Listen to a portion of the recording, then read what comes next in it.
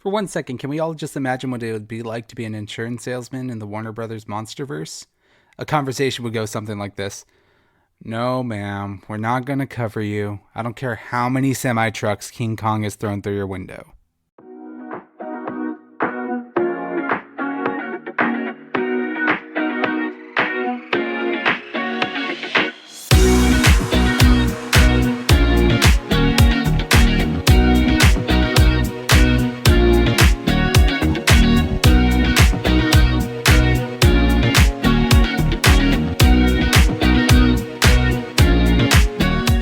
Hey there, and welcome to Post Credits with Gil Garcia, where we go beyond the final scene of all the best and worst Godzilla films of the past 12 weeks. This week's Godzilla film is the fifth movie in the aptly named Warner Brothers Monsterverse, Godzilla x Kong: The New Empire. Yes, I know the name of the movie is stupid, but I'm calling it what it is. The same way that I call the movies Gran Turismo based on a true story, Expendables, Fant Four Stick, and of course, Edge of Tomorrow, Live, Die, Repeat. But hey, at least it isn't Hunger Games: The Ballad of Songbirds and Snakes, or Pirates of the Caribbean: Dead Men Tell No Tales. On today's show, we'll discuss the differences between Godzilla x Kong: The New Empire and the recent Academy Award-winning film Godzilla Minus One. These two cannot be any more different from one another. Now, this episode will be pretty straightforward and to the point. I want to get over as many of the plot holes and contrivances that I can, because this movie is chock full of dumb, enjoyable, popcorny shit. So there will be spoilers ahead if you haven't seen the movie, many of which shouldn't be that detrimental to your enjoyment or your anticipation for the film. So let's just jump right into it, shall we? This is Act 1, Expectations.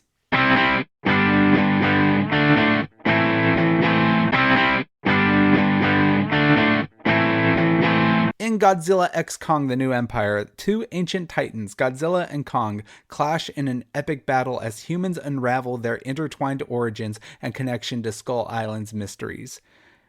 Godzilla x Kong: The New Empire is directed by Adam Wingard, who's known for VHS, The Guest, and You're Next, and it's written by Teddy Rossio, who did the original Aladdin cartoon. He also wrote Pirates of the Caribbean, Curse of the Black Pearl, and Shrek, which is kind of interesting. It's also written by Simon Barrett and Jeremy Slater, who is known for Moon Knight, The Umbrella Academy, and, as I mentioned before, Fant Four Stick. Oof. The movie stars Rebecca Hall as Eileen Andrews, Brian Tyree Henry as Bernie Hayes, Dan Stevens as Trapper, and Kylie Hoddle as Gia. Now, even though Rebecca Hall is the top billed actor on the call sheet, the film has 2 stars, and their name is on the title of the film. Let's first look at my history with Godzilla. As someone who had no real connection to Godzilla growing up, these past couple months have been a shock to the system. I've always respected Godzilla's place in the annals of cinematic history, the impact that the character of Godzilla and the studio that created him had on Japanese filmmakers and audiences. It cannot be understated how important Godzilla has been to the world. Godzilla is so important to the culture of cinema that the character has its own star on the Hollywood Walk of Fame. However, the only time I was personally connected to this character was in the 1990s, when my parents bought me a Godzilla 1999 shirt for my birthday. I didn't care if the movie sucked ass. The shirt I had was actually really badass. It had the movie poster on the front, and it would glow in the dark too. Fast forward to December 31st, 2023, where I had nothing to do on New Year's Eve, and I decided to go out and catch Godzilla Minus One, a movie that was getting great buzz that 2 of my friends, Phil and Mikey, both recommended to me. Prior to walking into the theater, I was preparing my annual Gilly Awards episode of the podcast. It's where I recap my favorite films, moments, and actors of the year. Prior to watching the movie, I had solidified my top 6 films of the year that I was going to represent as my nominees for my favorite film of 2023. But after leaving the theater that night, I went home and immediately revised the list. I needed to include Godzilla Minus One in nearly all of my categories. Best visual effects, best scene, biggest surprise, and of course, best film of the year. This is your quintessential buzzer beater movie. It got me right at the end of the year, and it made my Gilly Awards. Sadly, it didn't take any of my personal awards home, but it did take the most important one of all, the Academy Award for Best Visual Effects at the 96th Annual Oscars. It was the first time in the character's incredible career that the franchise was awarded an Academy Award of any kind, and it was well deserved. If you haven't seen Godzilla Minus One yet, I implore you to find it however you can and watch it. The movie not only honors the illustrious history of the kaiju, but it elevates the material far better than it's ever been on the big screen before. And now we focus our attention to King Kong. I will say I'm a bit more familiar with the giant ape's own impact in the industry. My first introduction to the character came from very early in my life when my childhood friend Marvin invited me to go to Universal Studios Hollywood with him. I was probably about 9 or 10 at the time, and that was my first time going to Universal Studios. So I got to experience, City Walk and all that. But the studio tour was where I really fell in love with Universal and King Kong. The studio tour had this amazing moment where you drive through a set where King Kong was tearing through New York City. I fucking loved it. It was fun. It was awesome. Now, a couple years after I went to Universal Studios, the original Universal monster was given the Hollywood reboot treatment. Only this time, the reboot was coming from Academy Award-winning director Peter Jackson, hot off of his work on the Lord of the Rings franchise. I felt like Peter Jackson's King Kong came at the right time in my life. Not only was I a huge Lord of the Rings fan, but I was dying to see a contemporary adaptation of the King Kong story. Does it hold up today? Not really. The special effects look particularly outdated, especially when the Venture arrives at Skull Island.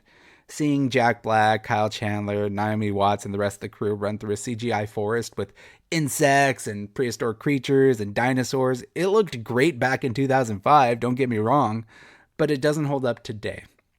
I do, though, have to give credit to Peter Jackson. Years later, and that death of Andy Serkis's character still freaks me out. Eventually, Universal Studios did what I expected them to do. They added the new King Kong representation into the studio tour, and now King Kong 3D The Ride became a thing. It's cool seeing all the giant IMAXs because you could do more with Kong. You could have him actually like flipping over the tram and all that stuff, but it still didn't quite grip me like seeing the animatronic Kong that I first saw in Universal Studios all those years ago with Marvin. So I'm a bit sad that they took it out. Now, amongst the crossover hysteria that was sweeping the industry following the MCU in 2008, Universal attempted to connect their own universe of movie monsters in what was called the Dark Universe. The Dark Universe failed spectacularly, and I think we were all led to believe that other movie franchises outside of DC and Marvel were doomed. Miraculously, though, Warner Brothers' Godzilla King Kong flew under the radar, starting with Gareth Edwards' Godzilla in 2014.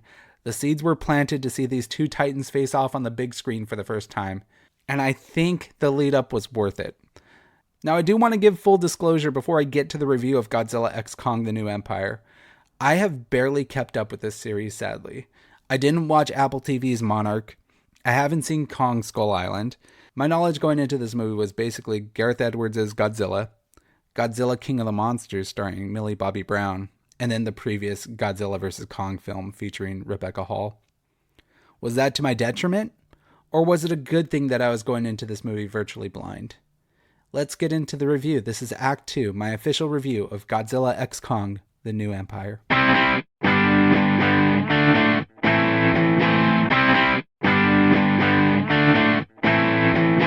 I'm going to cut right to the point, guys. Godzilla x Kong: The New Empire is completely, bafflingly stupid.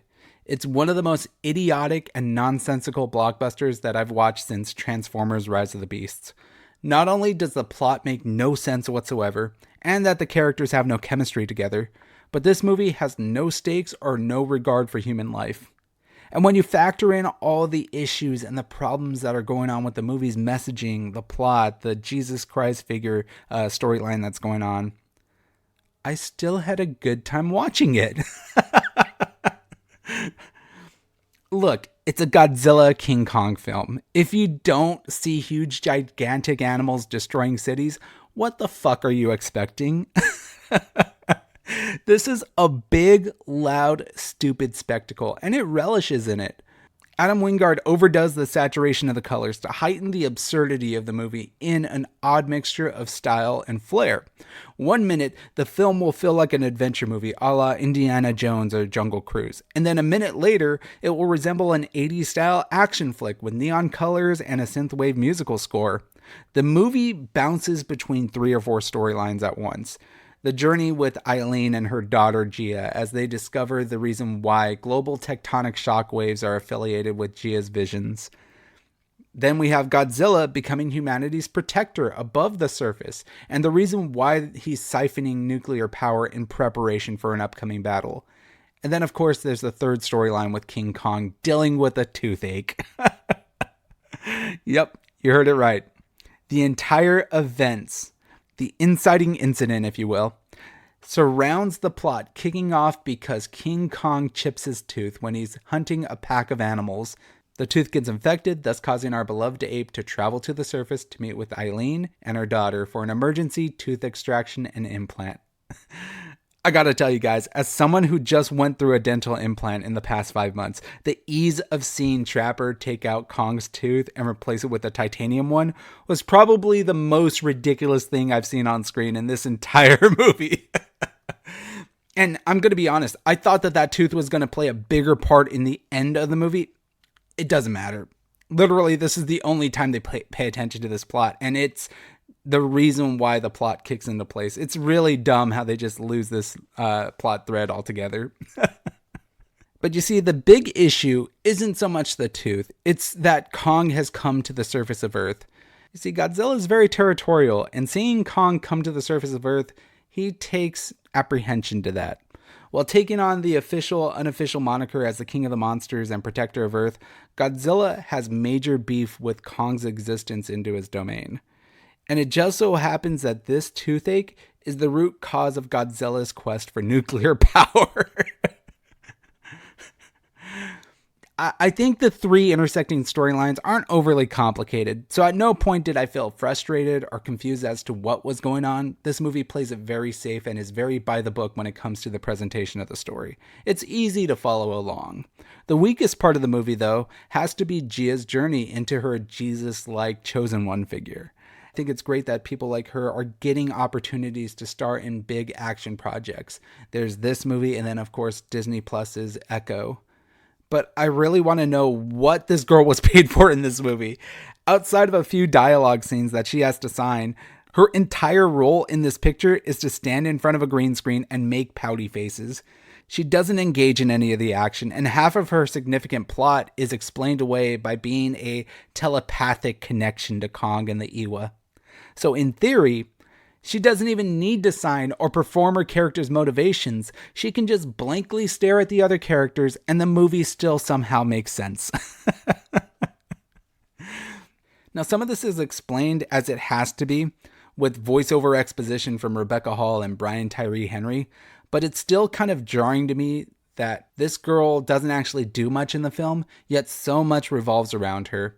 In fact, all the action happens around her while she just stands still. It's kind of funny, really.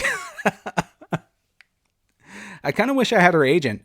I wish I can score a big paycheck like she does just to sit there and stare, because she doesn't really add anything to the film. Now let's talk about Rebecca Hall. I want to talk about her for a second. I've followed her career with great interest since I first saw her in The Prestige. I've always found her incredibly attractive and underrated.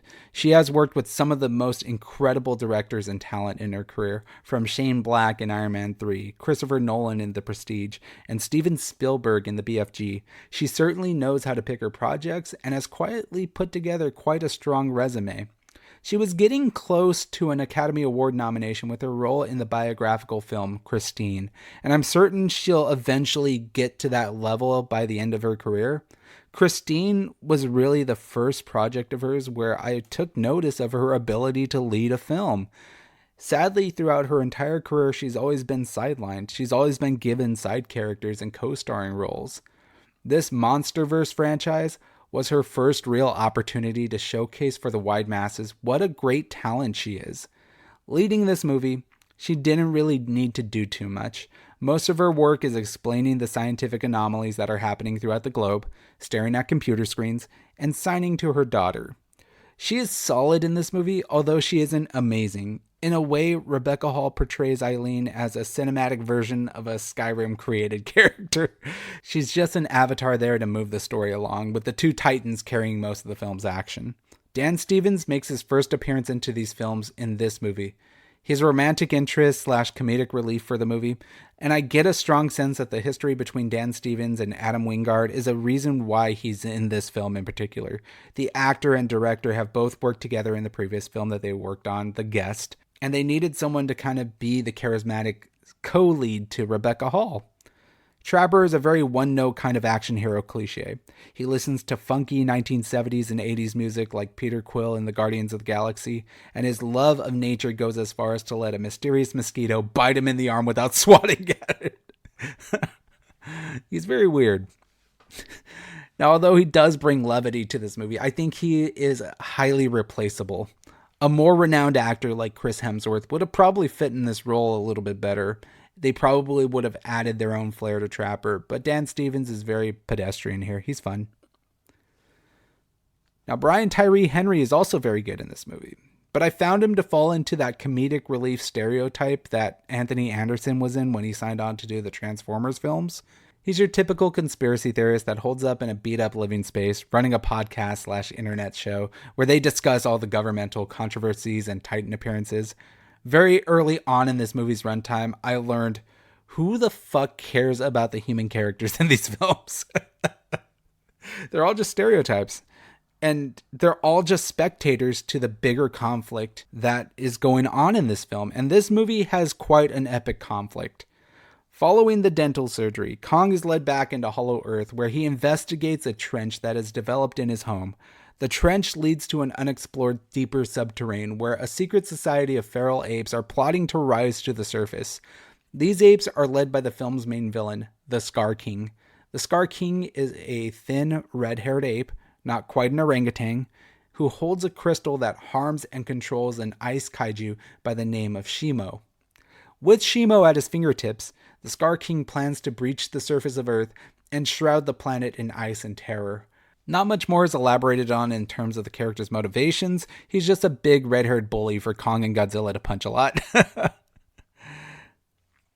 Now, the Scar King quickly defeats Kong. He cripples his hand with the help of Shimo, thus causing the heroes to rethink their strategy.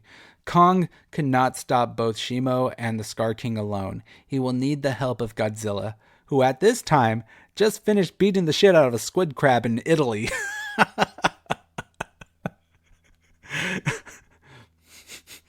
Now, after Godzilla and the crab destroy half of Rome and Venice, Godzilla gets a telepathic SOS from the Iwa, the ancient civilization that Gia is involved with. They are the protectors of Earth that live underground in the Hollow Earth. The King of the Monsters then chases down and kills a couple other Titans before siphoning their nuclear power and bulking up. The issue becomes recruiting Godzilla to come down to Hollow Earth. The last time Kong and him fought, they nearly killed one another, so they're not going to be on speaking terms. Their relationship it's complicated. But here, Kong, with his new robo-hand, gets the assistance of Mothra. That's right, motherfucking Mothra has arrived in the Monsterverse. Mothra, an ancient ally of Godzilla, is now being called into action to help recruit Godzilla to their cause. They have to bait Godzilla to come down to Hollow Earth to stop the Scar King and Shimo. You know, your classic tag team match with the special guest referee, Mothra. The batshit craziness of the final act of this movie is well worth the admission, in my opinion. You have Godzilla and Kong fighting amongst the Egyptian pyramids, literally performing suplexes and wrestling moves through them. By the end of the movie, the Egyptian pyramids are fucking decimated. They are just a scrap of rubble, much like the city of Rome when Godzilla fought the crab earlier. This is the kind of shit you pay for to watch these movies for. Some good old-fashioned brainless monster fighting action. The death toll and the catastrophic aftermath, they don't matter at all. Which is even more apparent when the tag team match in the next scene happens. The big showdown between the teams of Godzilla and Kong versus the Scar King and Shimo happens in Rio de Janeiro, Brazil, where the city is enjoying a nice, pleasant, sunny day at the beach. Out comes the five titans, and here we go. Shimo begins freezing the beach in the city, even changing the weather with a stereotypical sky beam. And at one point in all this chaos, the Scar King rips off the top of a skyscraper and throws it at Kong like a baseball. Kong then proceeds to use his robo-hand to smash through the skyscraper, killing everyone inside the building and giving no fucks. For me, I sat there thinking, what if you were an intern working in that building? You go to town for your boss's coffee, then you return to the top floor. Then, all of a sudden, some gigantic red ape crushes your building and yeets you across town, where another ape kills you and all your friends with a punch.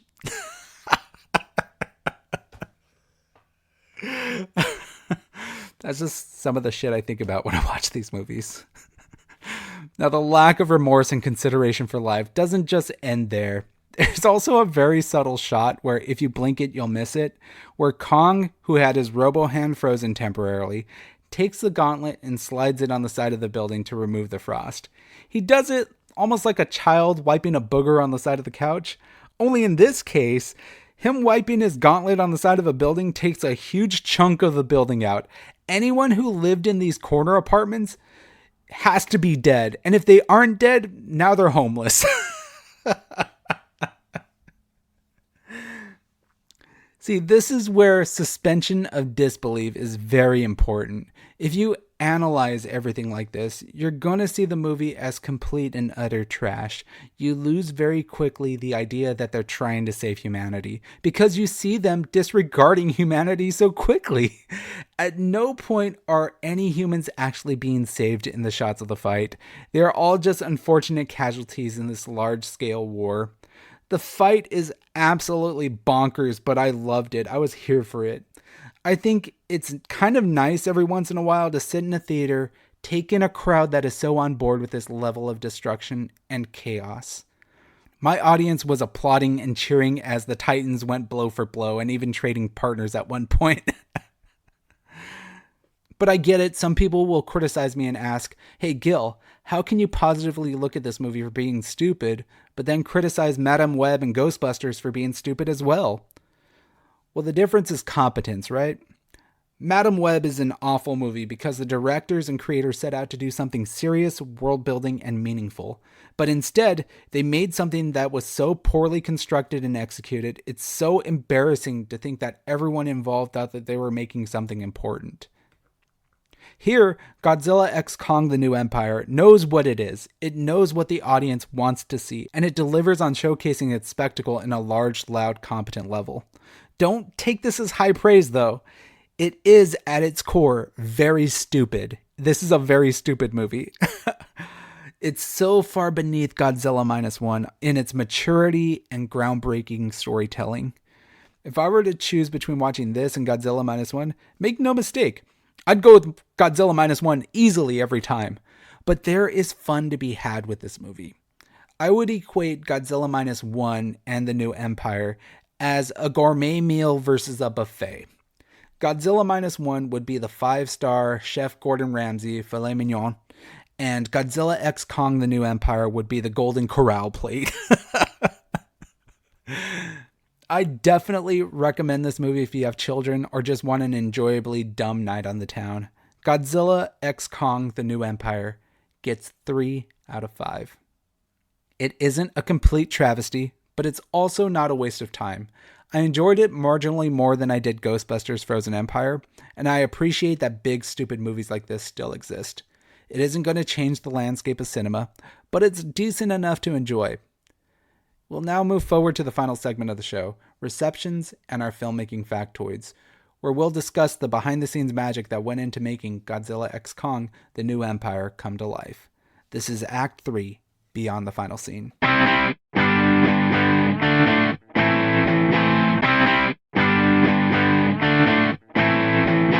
Rotten Tomatoes isn't taking too kind to Godzilla x Kong the New Empire, scoring the monster movie a rotten rating at 54%. Critic consensus says, come to Godzilla x Kong the New Empire for the sheer monster-mashing spectacle, and stay for that too, because the movie doesn't have much else to offer. Audiences, of course, disagree. Taking in over $150 million on this opening weekend, Godzilla x Kong: The New Empire has officially dethroned Dune Part 2 as the biggest movie launch of the year. And audience reviews come in with a whopping fresh rating at 92%. An audience reviewer on Rotten Tomatoes that goes by the name of Andrew M. writes, "Easily one of the funnest entries of the Monsterverse. Action-packed, funny, good storytelling, and good enough acting from the characters. The animations in this film were phenomenal. Really hoping this movie blows up at the box office so we get more entries of the Monsterverse. I'm wanting another solo Godzilla movie."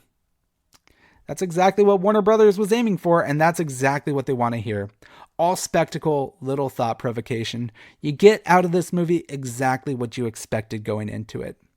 Let's now rattle off some filmmaking factoids and call it a wrap on the Warner Brothers Monsterverse. The first filmmaking factoid talks about Godzilla's appearance. Godzilla's new design here has purple, pink colored palettes, akin to his Miragogi design from Godzilla 2000 Millennium and Godzilla vs. Megaguirus. Speaking of Godzilla Minus One, before release, Takashi Yamazaki, the writer and director of that film, did some PR for this one by watching it early. He even promoted it on social media, stating, "I was able to watch the big movie early. It's super fun and gorgeous. Be sure to watch it on the big screen." It's really nice to see creative teams be able to promote and talk to one another, especially when they're across different studios. I like that he's able to talk up this one, and it is a fun movie. I agree with his sentiment. I find this next one kind of cute. Godzilla's movements and mannerisms, namely the scene where he's sleeping curled up inside the Roman Colosseum, were based off director Adam Wingard's cat, Mischief. It's adorable. I think the audience even oohed and awed when they saw him curl up like that. I mentioned before how Trapper resembled Star-Lord and brought the 80s with him. The director seems to confirm it, stating he wanted him to have an 80s action figure feel, and was basing him off of G.I. Joe's character named Chuckles. That makes a lot of sense. This movie has a lot of Guardians of the Galaxy in it. Now, I didn't talk a lot about Zuko, aka Mini Kong. As they were very important to the film, I just seem to have left them out for some reason. I'm sorry about that. Zuko actually helps out Kong in many situations in this movie, and he even saves his life. And this final factoid pertains to Zuko in particular. Mini Kong's name was revealed on toy lines as Zuko, which likely carries significant meaning, as when written phonetically in Japanese, it can be broken down into two characters that ultimately mean essential child. Mini Kong is ultimately the savior of this film. Mini Kong saves Godzilla and Kong's lives multiple times and ends up winning the day. So there we have it. We've come to the end of our journey into Hollow Earth with Kong and Godzilla. I hope you enjoyed the episode as much as I enjoyed watching the film. Next week, we'll go from an ape to a monkey with Dev Patel's Monkey Man. Be sure to follow the show on all social media pages. X and Instagram, you can find me by searching for PCwithGIL. And subscribe to the show on YouTube while you're at it. Be sure to check out the latest video reviews over on the channel. I appreciate any support I can get. The link to the YouTube channel will be included in the description of this episode. And also rate and review on Spotify and Apple Podcasts, wherever you listen to podcasts. Thank you so much for listening today. Stay safe and go catch a movie.